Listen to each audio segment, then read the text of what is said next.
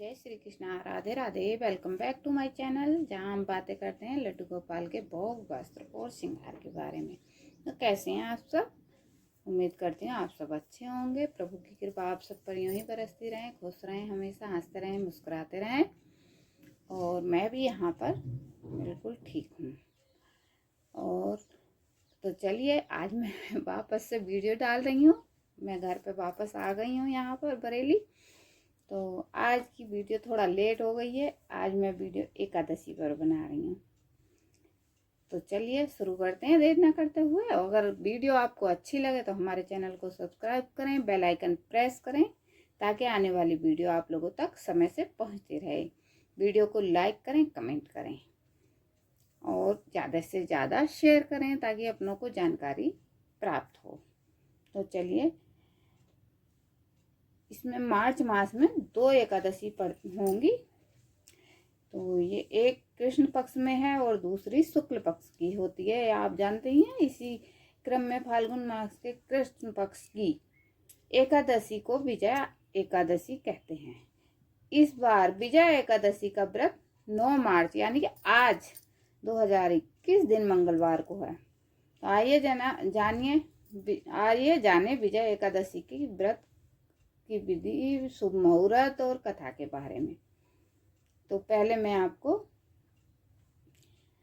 पंचांग के अनुसार तो 9 मार्च 2021 दिन मंगलवार को फाल्गुन मास के कृष्ण पक्ष की एकादशी तिथि होगी। इस एकादशी को विजय एकादशी कहते हैं। इस दिन विजया एकादशी का व्रत रखा जाता है। इस दिन व्रत रखे हुए भगवान विष्णु को पूजा करने से इस दिन व्रत रखते हुए आप भगवान विष्णु की पूजा करने से विजय एकादशी व्रत कथा का पाठ करने से का और विधान है। यदि आप अपने कार्य में सफलता प्राप्त करना चाहते हैं तो आपको विजय एकादशी का व्रत कथा का पाठ अवश्य करना चाहिए। विजय एकादशी व्रत की कथा भगवान श्री राम के लंका विजय से जुड़ी हुई है, जो मैं आपको बताऊंगी। इसकी कथा भी सुनाऊंगी, लेकिन उससे पहले मैं आपको बता देती हूँ एकादशी व्रत का शुभ मुहूर्त। तो एकादशी पड़ रही है शुरू हो रही है 8 मार्च 2021 को दोपहर 3:44 से। और हम व्रत शुरू करेंगे। वैसे तो हम शाम को ही जल्दी खाना वाना खा के अपना दूध निपटा के शाम से ही हमारा व्रत का पारण व्रत शुरू कर देना चाहिए। नियम मान लेने चाहिए, शाम से ही ब्रह्मचर्य के नियम होने चाहिए। और तो चलिए, 9 मार्च 2021 दिन मंगलवार को, और तिथि समापन हो रही है 9 मार्च 2021 को दोपहर 3:02 पर। और व्रत मतलब मंगलवार को हम व्रत रखेंगे। सोमवार से दोपहर के बाद से व्रत का मुहूर्त शुरू हो रहा है। और हमारा पारण का मुहूर्त है 10 मार्च 2021 को सुबह 6:36 से सुबह 8:58 तक, यानी कि बुधवार को। आप 6:30 बजे से और 9 बजे तक आप व्रत खोल सकते हैं, व्रत का पारण कर सकते हैं। तो चलिए, आज मैं ज़्यादा नहीं बना पाऊंगी इतना, तो थोड़ी सी एक कथा सुना देती हूँ। इसकी छोटी सी, बस श्री राम जी के ऊपर। पौराणिक कथा के अनुसार राम वनवास के दौरान रावण ने माता सीता का हरण कर लिया। तब भगवान राम ने और उनके अनुज लक्ष्मण बहुत चिंतित हुए। माता सीता की खोज के दौरान हनुमान की मदद से भगवान राम की वनराज सुग्रीव से मुलाकात हुई। वानर सेना की मदद से भगवान राम लंका पर चढ़ाई करने के लिए विशाल समुद्र तट पर आए। विशाल समुद्र तट के चलते लंका पर चढ़ाई कैसे की जाए, इसके लिए कोई उपाय समझ नहीं आ रहा था। अंत में भगवान राम ने समुद्र से मार्ग के लिए निवेदन किया, परंतु मार्ग नहीं मिला। फिर भगवान राम ने ऋषि मुनियों से इसका उपाय पूछा। तब ऋषि मुनियों ने विजया एकादशी व्रत करने की सलाह दी। साथ ही यह भी बताया कि किसी शुभ कार्य की सिद्धि के लिए व्रत करने का विधान है। ऋषि मुनियों की सलाह मानकर भगवान श्री राम ने सभी वानर सेना सहित फाल्गुन मास के कृष्ण पक्ष की एकादशी तिथि को विजया एकादशी का व्रत करके विधि विधान से पूजा पाठ किया। ऐसी मान्यता है कि विजया एकादशी व्रत के प्रभाव से भगवान राम को समुद्र से लंका जाने का मार्ग प्राप्त हुआ।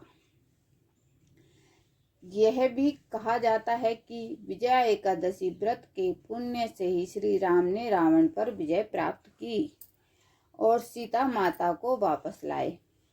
तब से विजया एकादशी व्रत का महत्व और भी बढ़ गया है।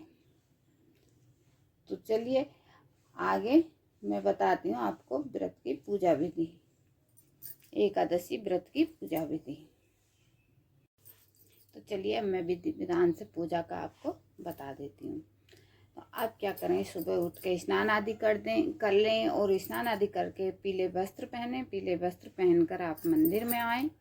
मंदिर में आकर आप एक पटा बिछाएं। पटले पर जो है पीला कपड़ा बिछाएं। पीला कपड़ा बिछाने के बाद आप रंगे हुए पीले चावल ले लें।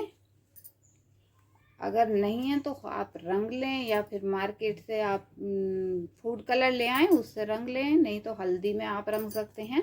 घर में रंग के सुखा के उन्हें तैयार कर लें। उससे आप अष्टदल कमल बना लें। और कलश स्थापना के बारे में मैंने पिछली एकादशी की वीडियो में आपको बता ही रखा है। छोटा सा आप कलश स्थापना करें और जो है अष्टदल कमल बना लें। उस पर श्री गणेश जी की स्थापना करें। अगर विग्रह है तो सही है, नहीं तो आप एक सुपारी से गणेश जी बना लें, उनकी स्थापना करें। लक्ष्मी जी की स्थापना करें। फिर श्री हरि विष्णु जी के विग्रह की स्थापना करें। अगर विग्रह आपके पास नहीं है तो उनके फोटो की स्थापना करें। और नहीं है फोटो भी तो आप एक फोटो ले आएं। ज़्यादा महंगा नहीं मिलेगा, आप आराम से आसानी से खरीद सकते हैं। उनके फोटो की स्थापना करें। फोटो की स्थापना कर कर उनको रोली चंदन, पीले चंदन से पहले उनको स्नान कराएं। और स्नान या तो आप दूर्वा से कराएं या पुष्प से कराएं अगर फूल हैं, और अगर फोटो है तो। और अगर विग्रह हैं तो उनका पंचामृत से आप स्नान कराएं।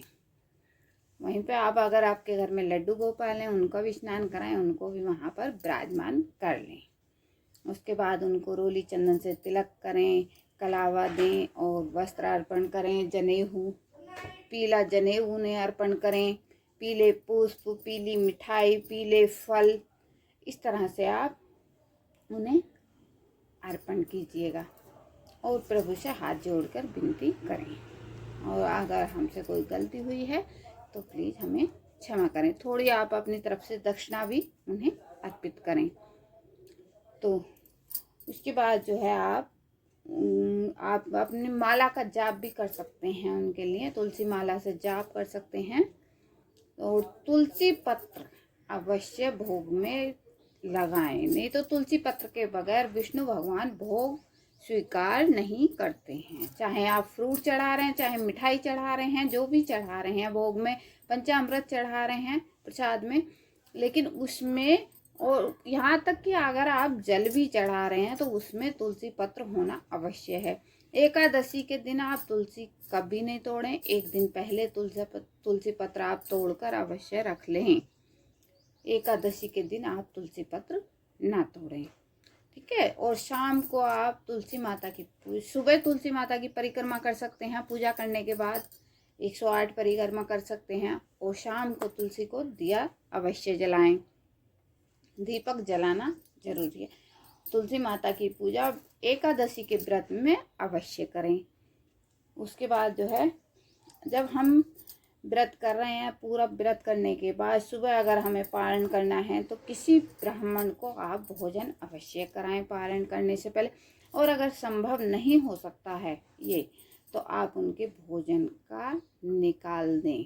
भोजन एक व्यक्ति का भोजन अवश्य निकालें, उसको मंदिर में भिजवा दें।